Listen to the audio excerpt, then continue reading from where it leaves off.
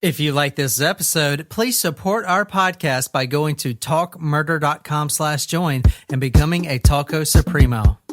And a shout out to one of the messages that we got over the Christmas holiday from one of our Taco Supremos whose child really loves the Surprise Shot song. With the raspberries. Thank you, Megan, for sharing this video. So cute. Can you say surprise shots? Surprise shots. We don't know what they are because they're a surprise. What?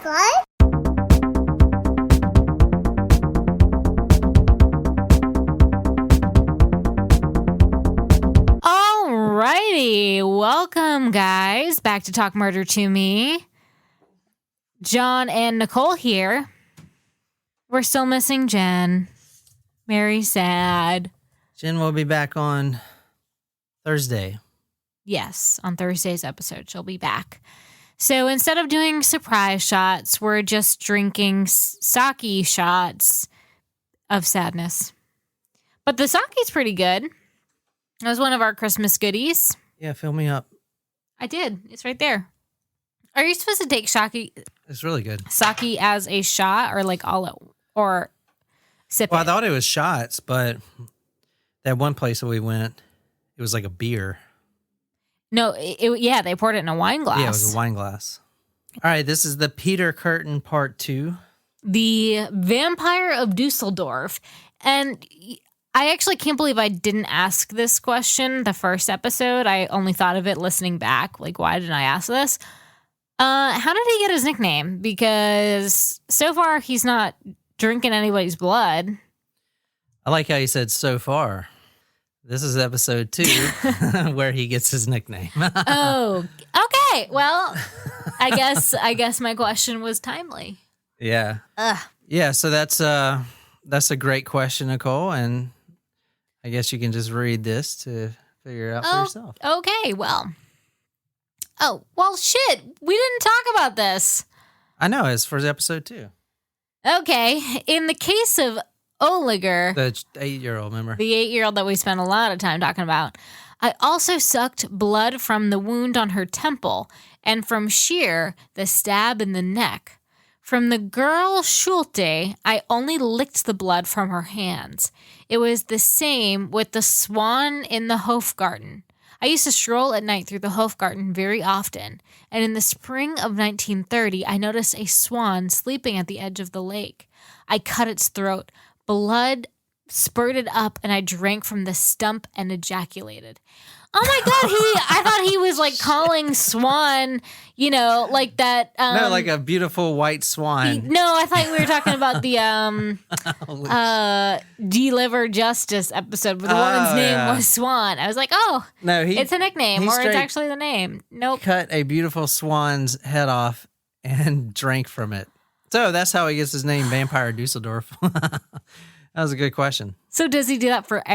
Did he do that for every victim? No, I think he started trying it, but I don't think he did it for every victim.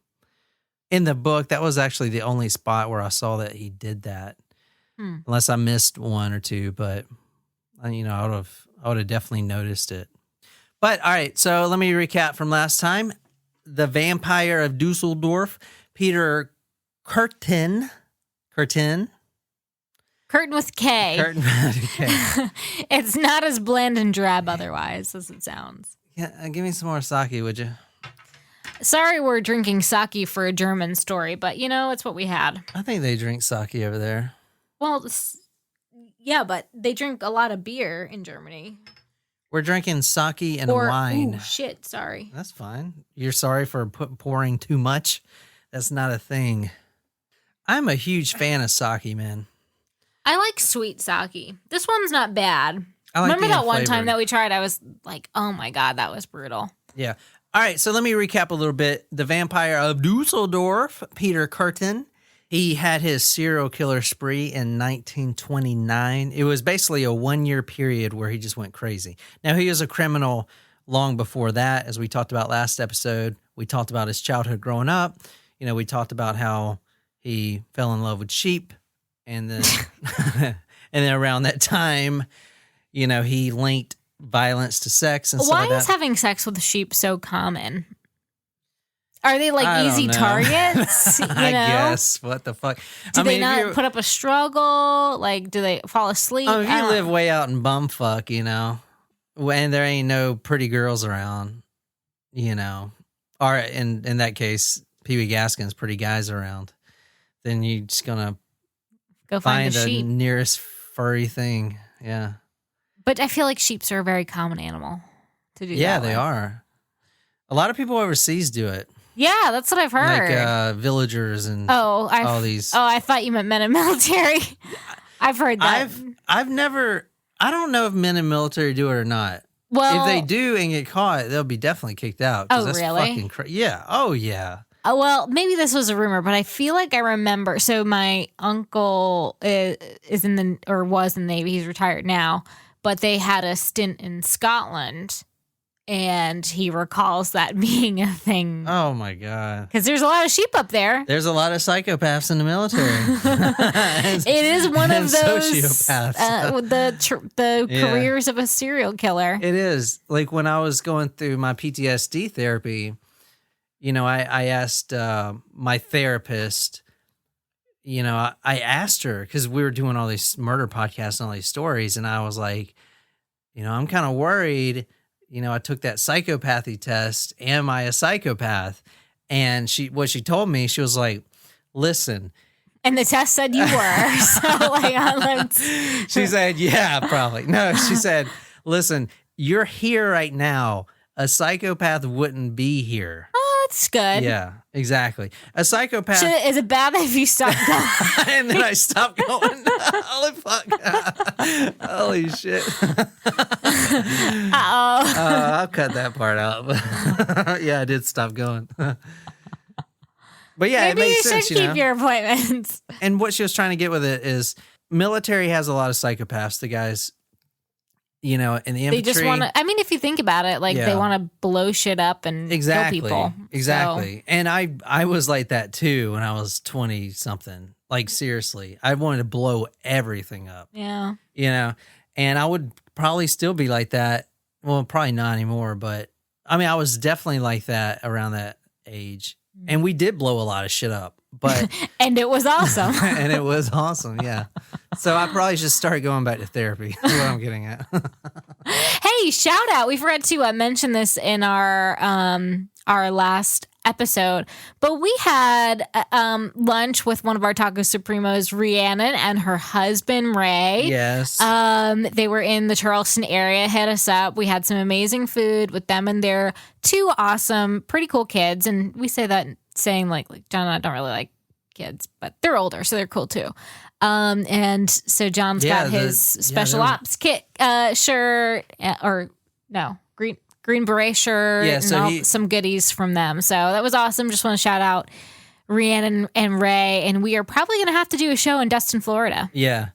Yeah. That was a really fun time. We went to ate some barbecue, and I wanted to swap some war stories with her husband, but he has me beat by a lot. He's been deployed more times than you have. I was just trying to be humble and modest, but Rhiannon's, her encyclopedia of true crime will put anyone to shame.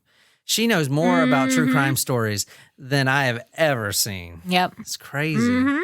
Yeah. But yeah, it was really fun. I had a really good time. So thank you so much. It was really awesome. All right, let's get back to it. First, we're going to talk about the survivors. Well, wait, I didn't finish recapping. All right, to finish recapping.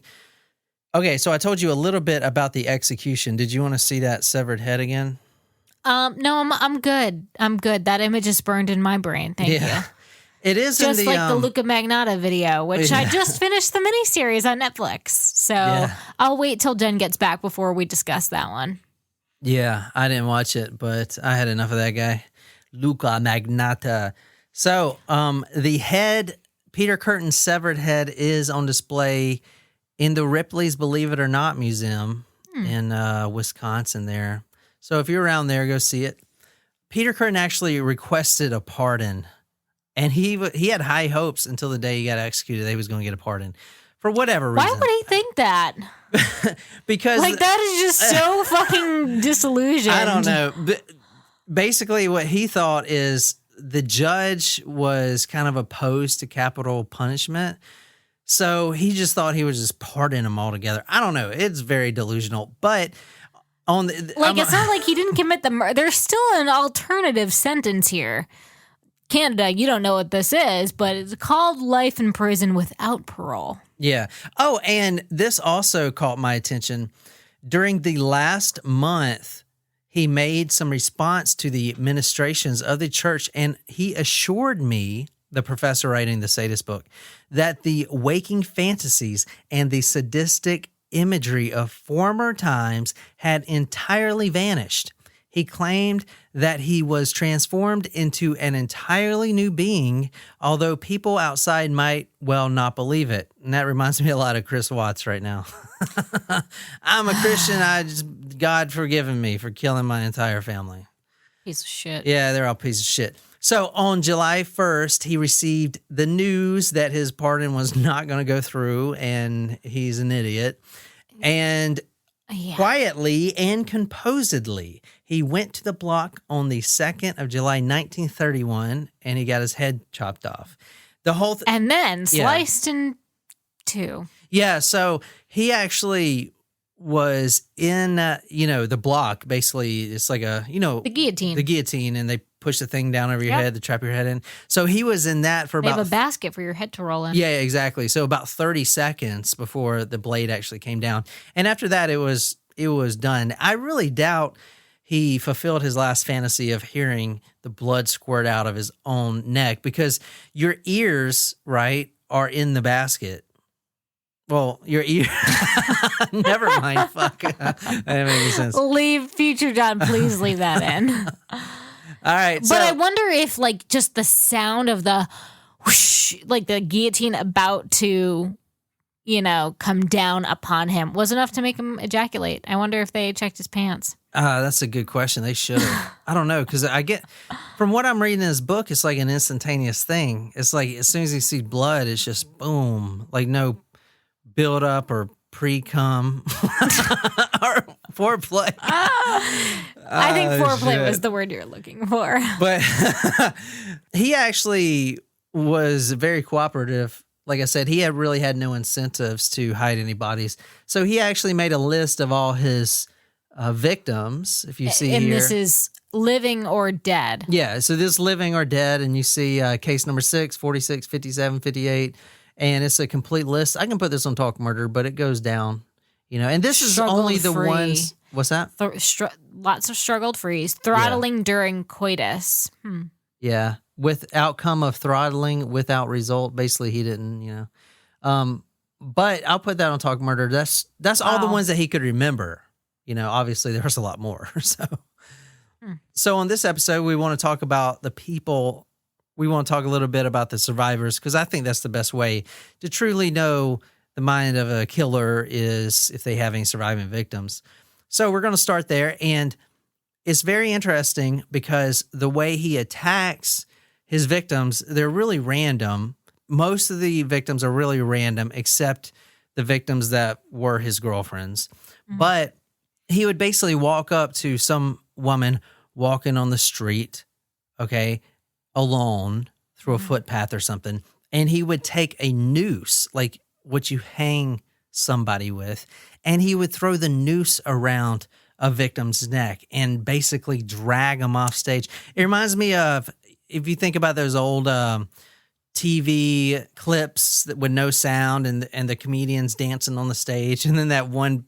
And maybe he sucks or something, and that one big cane comes out and grabs his neck and then pulls him. Yeah.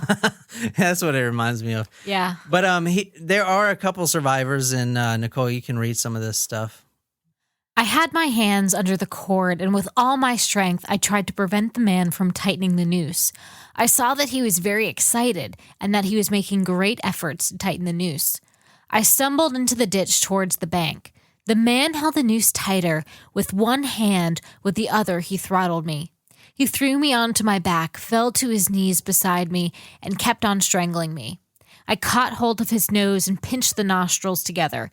In a last effort, I succeeded in getting up. The man stepped back and took the rope off. He didn't speak a word. I ran away. Yeah, so pretty crazy, right? Yeah. If he can't get the victim where he wants them, he'll just quickly stab them to get a little satisfaction, and then run. On the 3rd of April, 1929, I was walking from the place where I used to work in the north part of the town by an ill-lit street. I heard steps behind me and saw a man coming. I walked more slowly in order to let him pass. The man must have jumped at me very quickly because suddenly something was flung over my head and I was jerked violently backwards. I was pulled from the road into the field.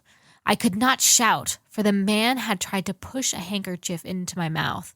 I clenched my teeth. He said, half aloud, "Open your mouth." He tightened the loop still more. Then he listened to see whether I still breathed and held his hand in front of my mouth. He then hauled me another 10 meters. I heard steps approaching and tried to shout, but I couldn't.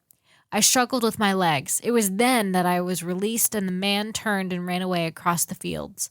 I loosened the loop and dragged myself towards some people who were standing in the road. So she actually had the noose on her neck, and you see it says, I loosened the loop. I think he's like the only person I've heard doing that with the whole noose really quick. Yeah, since we've covered anyway. One guy actually saw one of the women being dragged away, and it says, quote, when I approached, I saw that a man was dragging a woman from behind from across the fields. She was not on all fours, but being literally dragged along the ground. Yeah, I mean, it's so lucky that so many of these women did get away. Yeah, and like I said, a lot of times, a lot of the survivors were actually his girlfriends, which is crazy. Now, I don't mean like long-term 7-year girlfriends. And they never turned him in. In his own words, he says about one of his affairs, quote, in June 1913, I picked up a girl on the Brimstrasse and took her out on several subsequent occasions. So they were dating, literally. Now, he has a wife at the time, okay, and he's going around and dating. He's not only killing people, but he's dating people. And the wife doesn't know. One Sunday, we went to a dance, and on the way home, I throttled her. He says, I throttled the girl. I mean, they've went out multiple times. He doesn't even use her name. I throttled the girl several times. And by throttle, if you remember from the first episode, I mean choking, not like just being on top of, like choking to death. Now, she got really scared, and that's when Peter Kürten said to her, quote, that's what love's like. I won't kill you, though. Now, after she got up, she ran and informed the authorities. So they already knew about Peter Kürten to begin with. Here's another one of his girlfriends that survived.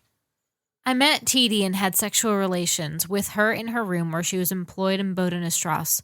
I got something good to eat there too, and I could do with it, for I had at that time to work pretty hard. A week after meeting Teedy, I had become acquainted with Mek, a homemaid in a situation on the Bergischen Landstrasse. There, too, I got something to eat. I often grabbed Teedy by the throat and seized hold of her. When she got angry with me, I used to try to pacify her. That's what love means, I told her. Yeah, so, I mean, fucking crazy. It's interesting he's also talking about his food, which, I'm also concerned about what I eat and when I eat it. But his last meal, I believe, it was like I think it was a glass of wine, a Wiener Schnitzel, and like a key lime pie or something like that. So he's killed using multiple weapons. And as I was reading further in the book, I saw one line which said the reason he did that was to kind of confuse the police. So they're not looking for one person. And in fact, the police were looking for multiple suspects. You have a guy killing people with a hammer. You have a guy killing people with a chisel. You have a guy killing people with whatever. Well, we know that the hammer, as I'll show you the hammer strikes in a minute, the hammer was out of commission for him because he actually hit a victim so hard it broke. Oh. And that's why he switched to the dagger. But in his words, he says he was trying to throw the cops off. Wow. All right, so let's start with the axe first. Now, this is a male victim, right? I told you he doesn't really go after male or female. He's Could just be trying a to get that. swan. Yeah. He's just trying anyone that bleeds, basically. So he says, quote, "The drunk man sat on the bench. I approached him from behind and struck him with the sharp edge of an axe. He fell over. I took cover and saw how he bled. Then I ejaculated." You know what's interesting? I think we talked once, or maybe this was the same one, but we touched on it in the last episode. A man, and he too was like drunk or unconscious. So it seems like that's the only way he'll go after a man. Yeah. He feels like he can take advantage. Yeah, the other man, that Shear, I think his name was Shear, the other man, he basically just walked up to him and just stabbed him real quick and then bolted. All right, now, he also killed people with scissors. Yeah. This is one of the murder victims, Alberman. Now, it is a child, okay? But I feel like it's important to put in here. This is actually case 67 of, I think it was like 73. So this is almost when he gets caught. Case 67, the murder of the child Alberman. I set out with a pair of scissors at about 5 o'clock at night. I met a little girl at the Ackerstrasse. I talked to her and asked her quietly if she would come with me. We went into the open across some allotments as far as the wall of the Handel's place. The child went with me quite willingly and did not cry. I seized the child's throat and strangled it. I stabbed it in the left temple. The child collapsed without a sound. With my left hand, I held fast to her throat, knelt down and stabbed the child's breast with my scissors. With the right hand, I felt the vagina after having removed the knickers. Then I carried the body a few meters towards Lenaustrasse and put it into the stinging nettles. I cleaned my hands on the wet grass. It was raining. There was no blood stains on me. Fucking crazy. It's interesting that he does get sexual sometimes, though. Yeah. He also kills people with chisels. So does it only get sexual with children, from what you've noticed? No. Because of the girlfriend? Maybe. Stuff? I don't know. That's a good question.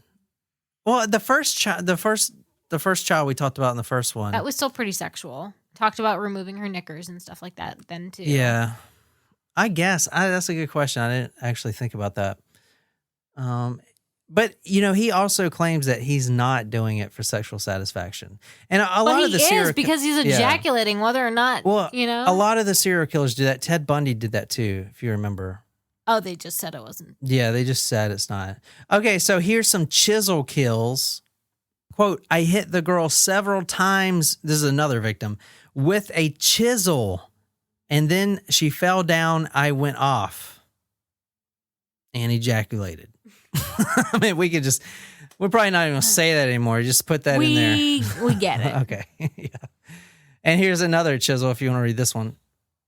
Case 61, Sophie Ruck. In autumn of 1929, I met a couple in the Rosastrasse. I wanted to interfere, so I hit the man over the head with a chisel. The man ran away. Then, all together now, he ejaculated. That's going to be the title of this one. Then I ejaculated. Holy Jesus, freak. All right, let me see. Let's talk about the first murder right quick to kind of go back. Now, this is what he claims is his first murder. It was November 1899. It was an 18-year-old girl, and they actually went to the do you know what a Hofgarten is? No. I was going to say no. Yeah, I think it's like a beer garden or like just a bar or something, like a brewery maybe. I'm not sure though. I went with her to the Hofgarten, past the zoo, and on the way home, I took her into the country and I throttled her. That's his words. And then he leaves her there, but he's not sure if she was dead or not. He basically choked her to death. Mm. And actually, the police never found out that they never connected that, and they couldn't even find the victim. So that might not even have been a murder, but that was like his first time killing a human. Choked her to death, and the police actually You mean before the child? Before the child. This is like the first one ever, 1899. Oh, remember gotcha. These other murders in 1929, so 3 years later. June 1913, he picks up another girl. They start dating, literally, and they go to a dance on the way home. Same shit. He brings her into the woods, throttles her by choking her to death, and says that's what love's like, you know. So he also used axes as one of his weapons. Now this is he calls them choppers. Choppers. Like, get to the chopper, yeah, kind of shit. I feel like axes make quite a many appearance in this podcast. We do a lot of murders with axes. Yeah. So this is case number 8. Going back. One Saturday evening in June 1913, I left home at 8 o'clock and set forth a Gersheim. From a cellar under the Holy Trinity Church, I took a chopper. At about 11 o'clock, I saw an unaccompanied girl enter a house. In the passage, I gave her a sharp and heavy blow on the head so that she crumpled without a murmur. The girl was about 1.68 meters tall, slim, between 18 and 20 years of age. There was also one time that he had 2 victims simultaneously. These are two girls. They were best friends. And this is case 58. It says, quote, I went back to the place where Linzen, the bigger girl, had left us. Now, he meets these 2 girls. They're best friends. They're at a carnival. They're playing games. And he comes up and talks to them. And there's what he calls a bigger girl, chubby girl. And then there's a smaller, slim girl. He's basically hitting on the slim girl, and he kind of demands the chubbier girl to go get him some cigarettes. And she does. And after that, they all meet up again, and then they walk home. And this is kind of what happens. He says, quote, she gave me the cigarettes. I seized her by the throat and strangled her. I mean, it's like, here's your cigarettes. Oh, thank you. You know what I'm saying? Like, what the fuck? But again, going back to the whole nickname, so he's not doing the whole blood sucking thing every time.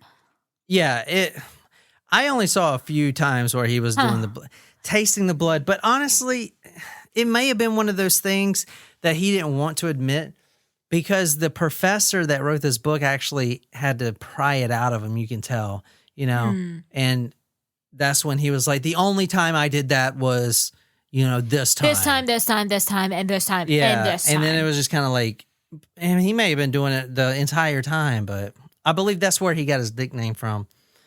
Well, I mean, I know. Like, I was just wondering if it was maybe the media that blew it out of proportion. Oh yeah, they definitely blew it out of proportion. But then he goes on, with my left arm, I seized her round the body and carried her, still throttling her, down the path round the bean patch to the garden, so that I was hidden by the beans. All right. Well, saved by the means. Yeah. Let's see. I seized her throat and I drew my dagger from my pocket, put it in my right hand, stabbed her in the breast and side. Then I relaxed my grip. And then he says, she sank to the ground. The bigger girl sank to the ground. Then I made off, and at 11:30, I was home again. My wife was still awake. We talked naturally. I was like, what the fuck? Holy shit. So we're going to kind of end this episode with probably the worst, disgusting, and vile murder he's done. Great. Yeah. So this is actually summer of 1913. Now, I don't know if I talked about this last episode, but he used to rob a lot. Like, go in and rob. I mean, for jewelry and to sell it. I wonder if he graduated from the robbing. Oh, yeah. Remember, he was in prison quite young. So much light came through the window from the street that I could see clearly everything in the room. In the bed, I saw a sleeping girl of about 10, covered with a thick feather bed. She was lying with her head towards the window. I seized her by the neck with my hands and throttled her for 1 or 2 minutes. The child woke up, struggled to free herself, scratched my hand, and then became unconscious and still. Her arms were thrown up above her head. I then drew her head over the edge of the bed and threw the feather bed to the foot of it. With 1 or 2 fingers, I penetrated the genitals. With a small but sharp pocket knife, I made a deep cut in the throat of the child. I started on the left side of the throat, drawing the knife to the right with the right hand. I heard the blood gurgle up and drip on the mat. It spattered my hand. The whole business did not take more than 3 minutes. I left the room and made off. I wonder if the sexual, I know I mentioned this before. Maybe he's Maybe the reason why he's able to do sexual things with the child is because they're a little bit more defenseless. I don't know. That's a good question that you brought that up. I actually didn't even think about that because but then again, if some of these victims were his girlfriends, I mean, there's probably some sexualness there too. Yeah, but that part might be consensual. Yeah, so that was probably one of the. So basically, he breaks into this home, and there's a little girl, 10-year-old girl, sleeping like upstairs. The parents are home and everything. He just randomly jumps on the bed and pulls out a pocket knife and slits her throat from left ear to right ear. It's fucking crazy. The autopsy showed that the actual child's tongue was bitten off. Like half of it was bitten off. Oh my God. Yeah, and the throat had 2 wounds that were separated from each other, so she was actually choked as well as slit. Ugh. The bronchial tubes were filled with blood, and that both cardioids were undamaged. And also it says, quote, the perineum was torn from vagina to rectum. Oh. That's like, several tiers extending to the mucous membrane of the upper vaginal passage. So, you know what? Now that I think about it, all right. So it seems that he's doing a lot of sexual acts to children, but I wonder it's because, they're virgins and, it's more gratifying. It could be more damaging down there. You know what I'm saying? There's going to be blood there. Yeah, because I don't think he raped this child. I think he just, completely with his knife just slit it, damaged it. You know what I'm saying? It's so weird. Yeah, it is. It's fucking bizarre. Yeah, exactly. And the bottom line of this case is he doesn't achieve sexual gratification with sex or anything. It's only the sight of someone in intense pain, bleeding, and all this stuff. Excruciating pain. That's what gets him off. Remember last episode I said if he wants to, if he could see a mass casualty situation, that would be perfect for him. Yeah. So the train killer, Matuska, he was a sadist too. Now that you think about it, yeah, because that was like the first case that we covered that was like that. It was so odd, But now that this one kind of compares to it, it makes more sense. And in fact, Peter Kürten goes to court and all this stuff, and he actually went through the whole trial, and he didn't deny anything, In fact, he asked for forgiveness from the families, all the families, and he says, I know exactly what I did. I want my punishment to be just and all this stuff. But he also said, and this is important, kind of like it's not his fault. Not his fault, but he's got like a mental illness, And I wonder if that is true, that he really cannot stop it. Well, I agree. He's got some sort of fucking mental illness. Yeah, exactly. So, and it's really scary because how many people are like that out today, that they get this urge that's so powerful that they can't control it, and they are sadists like this. Even in this book, it mentioned it once, and I want to revisit it someday once we find more cases like this.